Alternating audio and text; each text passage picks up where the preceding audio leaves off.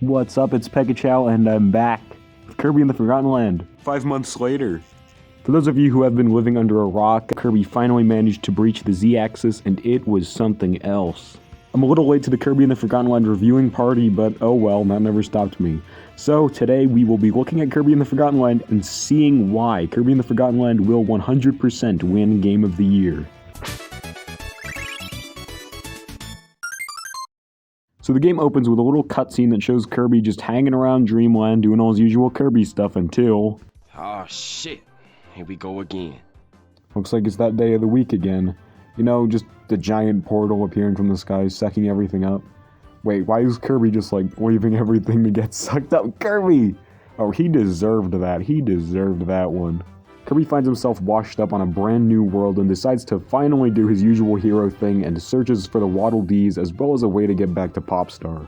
Kirby also meets up with this little guy right here. He's Elfilin, and he decides to join Kirby on his quest to save all the Waddle Dees from the Beast Pack, who are the antagonistic force of the game. And from there, some wacky shenanigans ensue. But that's enough about the story for now, because I think we should take a look at how well Kirby controls in 3D. Kirby's got all the typical moves you'd expect him to have. He can move around, jump, inhale, and hover, you know, typical Kirby stuff, and it all works very well in 3D. However, some moves such as the hover have been changed up a little bit in order to better suit the 3D environment. For example, the hover is now tied to your elevation, so there's only a cap to how high you can fly on any given platform before you basically just hit an invisible wall.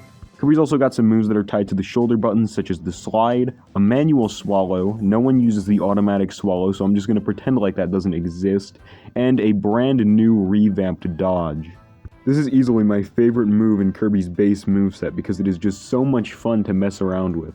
They gave Kirby Witch Time. Just think of all the things you could do with Witch Time Kirby. Not to mention he's got some sick new gymnastics. Check that out. I can't do that. You probably can't do that. And here Kirby is pulling that off like a boss. And nothing is more satisfying than landing that perfect dodge on a boss and just punishing him for even trying to hit you. It feels so good. You could also make Kirby go for a dip. He just kind of puts his little tube on and he goes in the water and controls identically to how he would on land, except I guess it's a bit more slippery and a bit more restricted, but it works.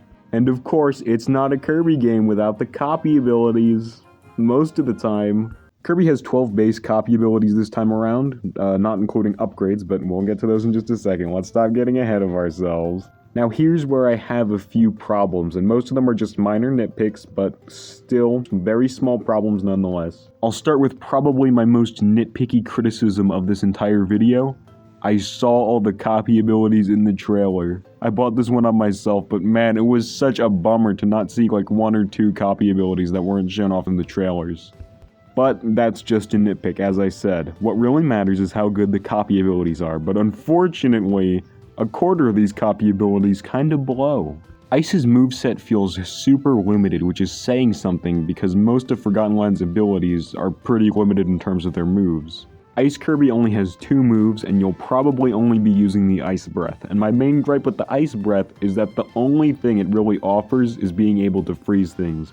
But in order to freeze a boss, you need to get up close and you need to just hold B until they freeze, and it is so frustrating because they keep moving and they keep destroying all the ice you got on them, and it is just so frustrating to try to freeze them. I'll admit it works a little better when they're transitioning between their phases, but have fun trying to get them to that point. I will admit that Ice does have a few merits to it. I think it works particularly well taking down enemies. It just kind of struggles with bosses a little bit. The upgrades are good, and didn't get to those, but the upgrades are alright. Still ice, but they work well enough. And the ice skating is really fun. I love the ice skating. Best ice skating since Mario Galaxy. Love this stuff. The next to these less than stellar abilities is Crash, and I have one question to ask. Who decided to put Crash in the 3D Kirby game? Okay, but for real, Crash has always been a really situational ability for me, and I never really found myself using it outside of bosses or mid-bosses, especially mid-bosses. It works really well against those. But when I'm honest with myself, I think I'd rather be fighting the real bosses with an ability that has, an actual moveset. And using this in stages, why would you use this in stages to take out a small group of enemies? I mean, that's what it's always done, but here it just feels even more restricted because you can only hit a certain amount in a 3D environment. But to be fair, I do appreciate how it trivializes mid-bosses, and I'll admit, the upgrade is pretty cool even if I only found myself using it like twice. And then there's sleep. Never change. Thankfully though, every other copy ability ranges from pretty good to just an absolute blast to play around with. I know this is like the most vanilla take ever, but Sword was always great, and it is still great in Forgotten Land. It has like the most diverse moveset out of all the abilities, and it is just very reliable all throughout the game. Needle was never an ability I thought was particularly great because you can't do anything without like stopping dead in your tracks, and while Return to Dreamland remedied the problem somewhat with that spin dash attack, Forgotten Land makes it genuinely great by letting you become Kirbamari Damacy. It's a lot of fun to just get a bunch of stuff stuck in your needles and just to let it all out, and it adds more strategy to actually using the ability besides just that. Not to mention the two brand new abilities, Ranger and Drill, are both really fun to use. Wait, brand new. But for real, this Drill is an entirely different beast than Kirby 64 because you're going under the ground this time and you're like circling around stuff and making the ground rise up. It's all very cool stuff. It also has some other uses, such as digging up hidden treasures or going underneath gates to reach bonus areas, which is something I appreciate. And then there's Ranger, which is my personal favorite ability in the entire game. I know I complained about Needle stopping you in your tracks a little while back, but this time, it stops you so you can shoot at stuff. That's cool. Not to mention that it also changes up the gameplay a little bit by giving you this cursor that helps you shoot your charged shots, which is something I really do like. It also has a really good and possibly overpowered counterattack that makes dodging a boss's attacks even more satisfying to pull off as well. But those are just the basic copy abilities. What about the upgrades? By going to Waddle Dee's weapon shop in Waddle Dee Town and handing over the rare stones and the cash, you can pimp out your abilities to make them even better. Usually. Gigant Sword's not bad, but I'm not too crazy about its attack speed, even if it does hit like a truck. Most of the upgrades look sick and play even sicker, case in point Space Ranger. But there are also some other really good ones, such as the Meta Knight Sword and the one I will not name because I'm not ready to be bombarded with comments telling me about spoilers even though the game has been out for months. But basically the Meta Knight Sword is just the base sword on steroids, and the other one is a sprinkle of the Meta Knight Sword, a sprinkle of the Gigant Sword, but actually good this time, a sprinkle of health regeneration, and of course an added dash of teleportation because broken post-game ability.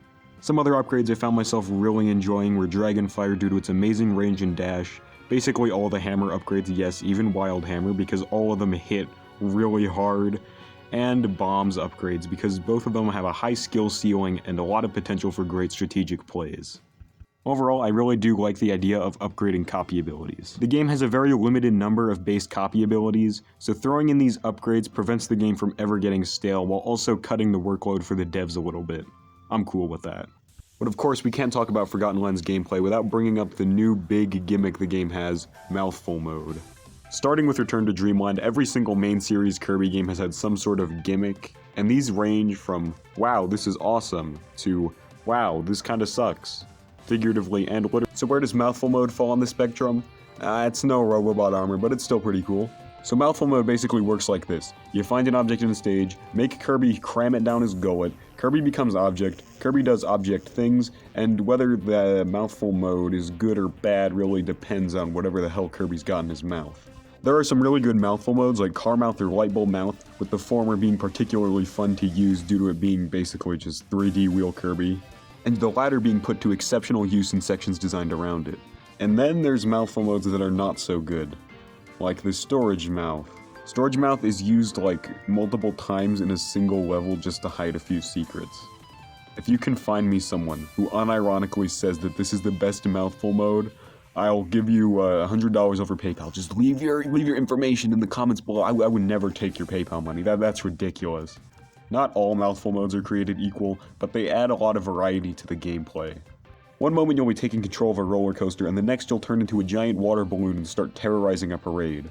There's also a good variety of Mouthful modes, and none of them ever feel like they get to the point where they become redundant or stale, and it seems like new things are usually being done with them each time they appear. Take the stage Arrival Mall Staffside for instance. It seems like the stage is less focused on using the actual abilities specific to each Mouthful mode, and more about finding the right shape of Mouthful mode in order to break down walls and find secrets. So yeah, I think Mouthful mode is pretty nice. So Forgotten Lands gameplay is really good, but gameplay is only half of what makes a good platformer.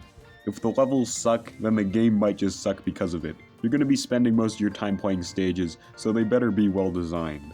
So how well does Forgotten Land take traditional Kirby levels and bring them into a 3D space? They absolutely knocked it out of the park. Kirby and the Forgotten Land features 6 main worlds, each one containing a few levels, and impressively enough, at worst, these stages seem to be pretty good. They follow the linear yet secret-heavy approach modern Kirby games have been taking with their stages, and they do an amazing job translating them into 3D. If I had to make a comparison to describe Forgotten Lands levels, it's sort of like a mixture between Super Mario 3D World and Super Mario Odyssey. The levels are fairly straightforward and fun with a lot of good secrets, but they also have a little bit of that Mario Odyssey flair to them with the Mouthful modes, which are basically just captures but for Kirby. The level design is absolutely on point. There is so much fun platforming, combat, secret finding, puzzle solving, and just more in these levels than I ever could have imagined. The game also uses its main gimmicks really well. Almost every copy ability, including the upgrades, feels like it gets focus or has a point where it could be really useful at least once in the game. Mouthful mode is also used really well in the level design and doesn't slow down the game's pacing at all. Hybernova. Like I said before, Mouthful mode can add a lot of variety to the gameplay when it's used well, and it is used damn well here. I really enjoyed the Archmouth sections. It was really fun going on the little boat as Ringmouth Kirby. The Lightbulb sections were amazing, and my favorite use of Mouthful mode in the game might actually be when you use Carmouth to go on little race courses and need to beat the best time in order to save some Waddle Dees. I love how it uses the potential of Kirby becoming a car. I love how the race courses actually have all sorts of fun little cuts on them, and I love how you need to use those shortcuts if you want to win the Waddle Dees. It is so easy to just get too caught up in trying to beat your best time even after you save the Waddle Dees, and that is just a sign that you're doing something right. The secrets, puzzles, and collectibles aspect of these stages is also really well done, and it leaps and bounds ahead of whatever Star Allies was doing. Forgotten Land has 3 main types of collectibles, being Waddle Dees, which are basically like energy spheres, Gotcha Capsules, which give you a little figurine you can add to your collection after a stage is completed, and Blueprints, which you can bring to Waddle Dee's weapon shop with rare stones and coins in order to upgrade your copy abilities. Some of these only appear when you complete a puzzle or challenge, and some of them are just hidden away in the stage, but either way, they usually tend to be pretty fun to collect. The bonus room challenges don't baby you nearly as much as Star Allies did. Yeah, they do sometimes hand you the correct ability that you're going to need to solve it, but it's less simple than just use ability, get prize. It requires more thought than that. Sometimes you need to time things, sometimes you need to think a little outside the box, and sometimes you just gotta be quick. These puzzles and challenges tend to be pretty simple and straightforward, but they still manage to be a ton of fun. While we're on the topic of collectibles, not all Waddle Dees are found within stages, because most Waddle Dees you actually need to complete stage missions for. Each stage has various missions you can complete for more Waddle Dees, and these can be as straightforward as eat X amount of food or take down X amount of wanted posters to walk between Gorimondo's legs. What the fuck? These missions add so much more to stages as they give you certain tasks you need to complete while going through them, which is something that I think is just really cool. Some of them might not like how missions aren't all revealed at once when you first play the stage, but honestly, I don't really mind it. Yeah, I think these levels are so good that I actually don't really mind playing them twice in succession. Before I get to what stages I think are the best in the game, I just want to bring up how well done the atmosphere in Forgotten Land is. Things like a stage's music and set pieces are used to wonderful effect in order to give stages their own atmosphere, and it is always just so good. I also really enjoy how Forgotten Land takes generic platformer themes and actually manages to make them super interesting by giving them a sort of post-apocalyptic vibe. You'll go through an abandoned amusement park, a frozen over London, and even Crisis City? The whole city's on fire! Okay, but what do I think are the best stages in the entire game? Well, if I had to give a top 3, I'd probably give the 3rd spot to the Wastes Where Life Began. Absolutely badass name aside, I think this stage just earns the number 3 spot for that one really open section near the start of it. There's green star shards you can find, there's missions to complete like finding the lost squishy, there's a blueprint you can find, and they nailed the wasteland atmosphere here. The rest of the level's no slouch either, you can't go wrong with some basic Forgotten Land platforming, but shoutouts to that ending section where you can actually go into the hotel that seems like it's just a background element. That was really cool. For my second favorite stage, I'd probably have to go with Invasion at the House of Horrors. I love the idea of going into an old, abandoned, sci-fi themed haunted house, and they absolutely nailed the atmosphere. I also love the light bulb section here, and it's so much fun trying to very carefully use your light bulb to see where you're going, but not using it too much so you don't get any ghost Gordos chasing after you. Despite Forgotten Land being loaded with great stages, it was so easy for me to pick my number one. It just had to be Moonlight Canyon. It opens with a fun platforming section, thrusts you into a light bulb section that's even better than the first, and when you go outside of the cave and you just see the canyon and the music kicks in, that is one of the best parts of the whole game right there. The actual canyon portion of the stage itself has great platforming, amazing atmosphere, a fun little archmouth section near the end, and the music, oh my god, the music, where do I begin? Forgotten Land has an absolutely killer soundtrack, and while I wouldn't say it's better than Air Rider 64, I could see it sitting at a potentially comfortable third place.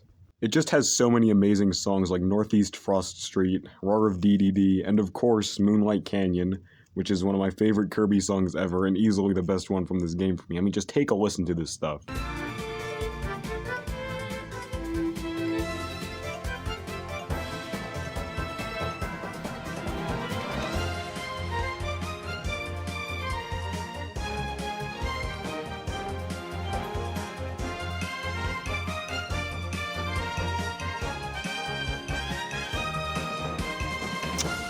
Perfection.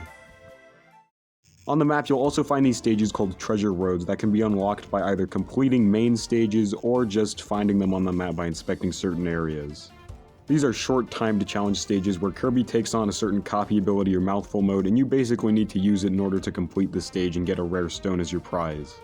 Treasure roads take full advantage of whatever form Kirby is in, and I love having the option to actually complete these stages in a tighter time limit in order to get some more coins as your reward, because some of these can get really tight. But curse that stairs mouth treasure road though, that one can fall down the stairs if you catch my drift. So let's talk about the boss stages. Very simple but very good build up. So now let's talk about the bosses themselves. Forgotten Land's bosses confine you and the boss to an arena, and basically you just duke it out from there. You know how boss fights work. The bosses tend to have a good variety of attacks. Sometimes they'll send projectiles out at you, other times they'll just get up close, but either way it does a good job keeping you on the move and keeping you engaged in the battle. Some of the best boss attacks in the game usually come when a boss is transitioning into their next phase, such as Coraline going into the background to throw throwing knives at you or having Silly Dillo roll around multiple times trying to hit you. They're fun to dodge and they fit their respective bosses really well. I think Gorimondo's kinda alright, but every other boss in the game I think is pretty good. My favorite one has gotta be Meta Knight though. I love the concept of having Meta Knight and Kirby finally have a friendly training match for once. The music is straight fire, there are so many fun attacks to avoid, and they bought the Sword Clash back from Star Allies and they made it even better. You can even knock Galaxia out of his hands if you win the clash and basically just use it for your own, so Meta Knight has to bring out his pre-Nightmare and Dreamland sword, which was just such a sick reference. I loved that so much. Even counting the game's final boss, which we'll get to shortly, I think Meta Knight might be my favorite in the whole game, and one of my favorite Kirby bosses, period. I figured before we get to the game's climax, we'll talk about Waddle Dee Town first, which is the game's main hub. Waddle Dee Town is, surprise surprise, a town full of Waddle Dees, and by saving Waddle Dees in stages, you get to populate the town and even get new facilities built. Sometimes you'll unlock mini-games like the really fun and addicting flash fishing or the absolute torture that is Tilt and Roll Kirby, while other times you'll unlock shops like Waddle Dee's item shop where you can buy temporary stat boosting items, or Waddle Dee's weapon shop where you can upgrade your copy abilities. You'll also unlock the Coliseum, which is basically just Forgotten Land's version of the arena. You'll take on cups here comprised of various bosses, and when you make it to the end, you'll be rewarded with some goodies. It also has a few exclusive boss fights such as Meta Knight. There's also some smaller non-facility related things you can do around Waddle Dee Town, such as check out Kirby's house where you can look at pictures of your accomplishments or set up some figurines, as well as heading to the Gacha Machine alley where you can get some figurines by putting some coins into a Gacha Machine. As someone who has an unhealthy obsession with hoarding, knack for collecting things, I really love this edition. It's so much fun trying to get all the figurines, and when you finally have them all, it just feels so satisfying to just be able to sit back and look at your complete collection. I also appreciate having the devs basically be forced to localize the names of enemies that they probably wouldn't have otherwise, even if I do think it's a little too late for that now. He'll always be Horror Tramp in my heart. Alright, well I'm just gonna throw a spoiler warning out right here. We're getting into the climax / post-game stuff right here, and the game's been out for months, but in case you still need a spoiler warning, here it is. After defeating Forgo DDD and getting one of the most badass DDD moments in Kirby history, Kirby and a few Waddle Dees wind up trapped on an elevator that is a part of Lab Discovera, and wait, is that voice acting in my Kirby game? The elevator ride basically serves as an exposition dump where we learn about a warp incident that happened in the past that led to the Forgotten Land becoming, well, forgotten. We also learn that the Beast Pack have been kidnapping Waddle Dees in order to force them into slave labor so they can travel to a land of dreams. You know, just your typical Kirby stuff. And here we are. Let's meet the ultimate life form. Can you see all of me? Once the elevator ride ends, Kirby meets up with Leongar, the leader of the Beast Pack, who explains his plans and has absolutely no chill. The fight with Leongar is pretty good. He's got a few pretty challenging attacks to dodge, such as the one where he constantly just starts biting at you. It's a pretty fun fight. After defeating Leongar and saving Elflin, who was kidnapped after our first encounter with DDD, this guy over here, Fecto Forgo, who is the other half of Elflin, starts using Leongar as a vessel in order to speak about his plans. Forgo wants to consume everything and become one with Elflin again, so he takes in all the members of the Beast Pack and becomes, what the hell even is that? We then get another boss fight, and while it's nothing particularly special, it's a pretty intense fight because Fecto Forgo's new form over here is easily the most visually terrifying thing in the whole series, and having it chase you down a hallway is pretty intense. After defeating Forgo, he manages to take in Elflin and heads to the top of Lab Discovera, where Kirby gives chase. Here, Kirby meets up with the game's final boss, the ultimate life form, Shadow the Hecto Elphalus. Elphalus's design looks so damn cool. It may or may not be furry bait, but I really don't care. It looks cool either way. The fight with Elphalus is also a really damn good one. There's a lot of attack variety going on here, and these attacks are just so much fun to dodge and counter. It's just such a blast to play. And don't even get me started on that transitional attack where Elphalus sends out a whole damn meteor just to crush you. That was sick. Once Elphalus is weakened enough, Kirby manages to separate Elflin and Forgo, but Fecto Elphalus isn't exactly done yet, and in a last-ditch effort to defeat Kirby, plans to make Planet Popstar and the Forgotten Land collide. All hope seems lost until Kirby decides to put his mouth on this big rig. Yes, you heard that right. Kirby becomes a big rig in order to stop the ultimate life form from causing a collision between two planets. Don't worry, I beat the game on launch day and I still feel like I haven't processed everything that went on during this last half hour. While I do think that the big rig section absolutely kills it with the presentation, the invincibility theme remix is nice and the spectacle is amazing, I think it's a little lacking in terms of gameplay and it feels almost a little automated. I do really enjoy the final quick-time events you need to do in order to defeat Elphalus though, that was really cool. Unfortunately, turning Fecto Elphalus into roadkill isn't enough to stop the dimensional rift that's about to cause the two planets to collide, so a sacrifice needs to be made. Elflin volunteers his life in order to close the vortex, and, well, it closes. And then Elflin comes back. Look, if they want to pull this fake-out death stuff, I don't know, fine I guess, but please don't make it last this short, it leaves literally no impact. But that aside, Kirby can now travel between both planets, and the Beast Pack have made up with the Waddle Dees, and now everyone's friends, and the credits roll. But we're not done yet, because we get a little post-credit scene here where you can see Leongar in a bubble. After booting up your save again, you can see Coraline by the lookup tower, who happens to be inspecting a dimensional rift. But this is no ordinary rift, as she can feel Leongar's presence inside. Kirby and Elflin then go inside the rift, and we arrive at the game's post-game area, Isolated Isles Forgo Dreams. Each stage in the Isolated Isles is based on one of the game's worlds and basically just takes rooms from each stage within a world and just makes them harder, along with having a few new rooms thrown in for good measure. The main objective in these stages is to collect as many pieces of Leon's soul as you can, and the pieces of Leon's soul are, well, the pieces of Leon's soul.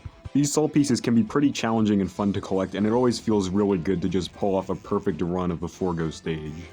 Each Forgo stage also has a boss fight at the end where you fight against a phantom boss, which is basically just one of the bosses you fought in the main story, but with a different color scheme and harder attacks, so basically your typical Kirby post-game boss flair. If you collect enough pieces of Leon's soul, then you'll be able to access the final stage of the Isolated Isles, Forgo Land. Here, you'll get to revive Leongar, but his peace is quickly short-lived once Fecto Forgo shows up again and takes control of him. After saving Leongar from Forgo's control once again, Fecto Forgo becomes Soul Forgo and is ready to, wait. Oh no. The butterfly seems to have made its next move and has absorbed Soul Forgo, and you know what this means? Galactica Knight? Wait. You get to fight Morpho Knight, but in 3D this time. They translated Morpho Knight's attacks into 3D really well, and the fight is just really fun and very cool. It's also great to see Morpho Knight come back, although it's a little weird because last time he showed up it wasn't canon, but here it undeniably is, so... But that aside, the Morpho Knight battle is easily one of the standout bosses of the game. Leongar finally gets revived for good this time, and we get that broken post-game weapon I was talking about like 20 minutes ago, I believe. But still, we're not done yet. After doing all that, you finally unlock the Ultimate Cup Z, which is basically just this game's version of the true arena. You know the drill, you take on all the post-game bosses, and then you get to go up against a new, harder version of the final boss at the end. As much as I hate to say it, I think the Ultimate Cup Z was just a little underwhelming and not nearly as challenging as I would expect it to be. Even when you take things like stat boosting items or holding onto healing items out of account, it just feels really easy because some of the copy ability upgrades are kinda broken, case in point Space Ranger. But I still did have some fun with it, and if it really matters much, I died one time throughout the whole game and it was here. I also gotta give props to the final boss, Chaos Elphalus. It was a really good final showdown. The brand new final phase especially was really good, and there's a lot of chaotic attacks going on here. I especially love the one where you need to platform on debris in order to avoid the oncoming fireball. That was sick. But once Chaos Elphalus is defeated, its very last particle flutters down to Elphalin and allows itself to be consumed by Elphalin, allowing the two to become one whole benevolent being. But we're still not done yet. What about that 100%? Besides looking at the percentage on your file, you could also go inside Kirby's house and look at the pictures, and it basically just gives you an indicator of how close you are to 100%. You just gotta do stuff like collect all the Waddle Dees and collect all the figures, and from there, well, you're basically golden. But, are we done yet? I'd say we are. And so, that was Kirby and the Forgotten Land, and if you couldn't already gather how I feel about the game from the 20-something minutes I just rambled on about it, I really love Forgotten Land so much. The game isn't perfect, I nitpicked the abilities a little bit, the co-op is not good, and Tilt and Roll Kirby can burn in hell, but still, this game is just so amazing, and it's impressive to see how Laboratory absolutely knock it out of the park on their very first try with a main series 3D Kirby game. And I hope I knocked it out of the park with my first ever review of something on this channel. But maybe it's not because, well, it's like the first time I've ever seriously reviewed something like this. If I messed up on something like formatting in this review, please tell me in the comments. Critiques are much appreciated here. But I really hope you enjoyed what you saw. It's still Kirby's 30th anniversary, and there is definitely a lot more down the pipeline. There has never been a better time to be a Kirby fan, and I am just so excited to see what happens next. But even in the meantime, I've still got a lot of stuff to look forward to, whether it's Dream Buffet or all the new merch coming out. And remember, if Kirby and the Forgotten Land does not win Game of the Year, I'll dress up as Kirby and I'll sing the Kirby rap. Turn, shake, walk it out, now twist it, shake it down. Yes, this one right here. And with that, Pekachow out.